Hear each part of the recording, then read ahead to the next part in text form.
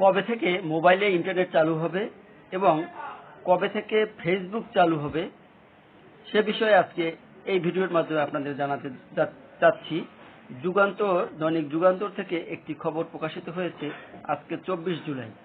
তো আজকে এ বিষয়ে একটি খবর যুগান্তর যে দিয়েছে তার বিষয়ে আমরা একটু দেখব।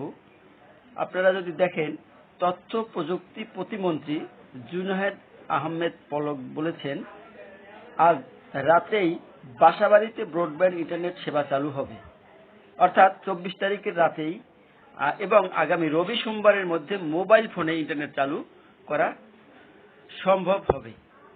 তো এই ছিল কবে নাগাদ মোবাইলে ইন্টারনেট চালু হবে, অর্থাৎ সেক্ষেত্রে আমাদের 27-28 তারিখ পর্যন্ত ওয়েট করতে হবে মোবাইলে ইন্টারনেট চালু করার জন্য। এবং ফেসবুকের ব্যাপারে একটি কথা এখানে লেখা রয়েছে শেষের দিকে, এদিকে 5 দিন পর মঙ্গলবার রাত থেকে কিন্তু ব্রডব্যান্ড ইন্টারনেট সেবা চালু হয়েছে, তবে বন্ধ রয়েছে মোবাইল ইন্টারনেট সেবা।